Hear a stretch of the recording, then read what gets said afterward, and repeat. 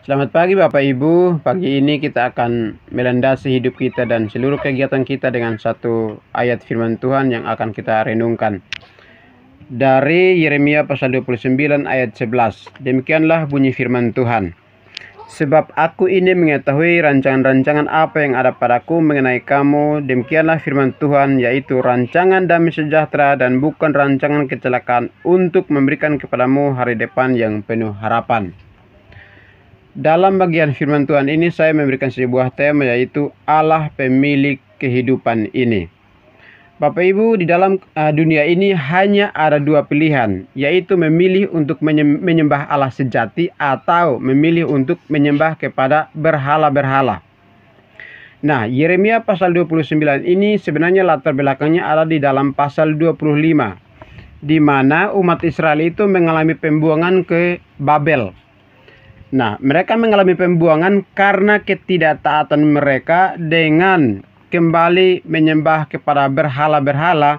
Dan ketika mereka kembali menyembah kepada berhala-berhala itu, maka mereka menimbulkan sakit hati Tuhan, sebagaimana ada di dalam pasal 25 ayat yang ke-7.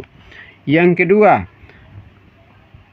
selama 23 tahun Allah berfirman kepada Yeremia, lalu Yeremia itu juga terus-menerus menyampaikan firman Tuhan itu kepada bangsa Israel itu. Tetapi mereka tetap saja tidak mengindahkan firman Tuhan itu. Dan akhirnya mereka harus mengalami pembuangan selama 70 tahun. Barulah mereka dikembalikan kepada tempat tinggal semula.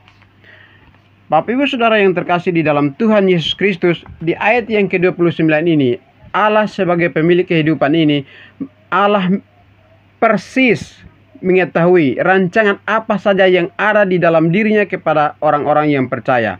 Bangsa Israel ini mengalami pembuangan karena ketidaktaatan mereka kepada Tuhan, dan ketika mereka berada di dalam pembuangan, maka dikatakan bahwa semua kesenangan mereka dilenyapkan oleh Tuhan, dan mereka harus mengalami penderitaan, bahkan daerah-daerah yang mereka tempati itu mengalami ketandusan, dan itu adalah penghukuman Tuhan.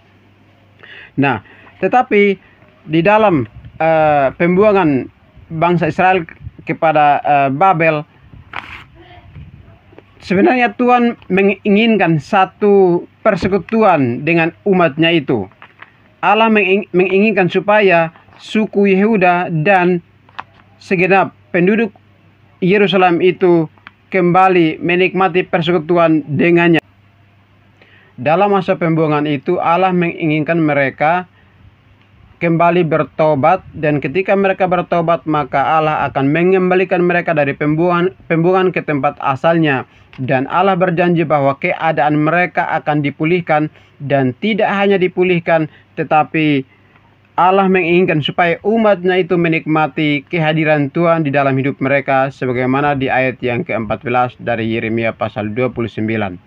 Demikianlah firman Tuhan. Tuhan Yesus memberkati. Amin.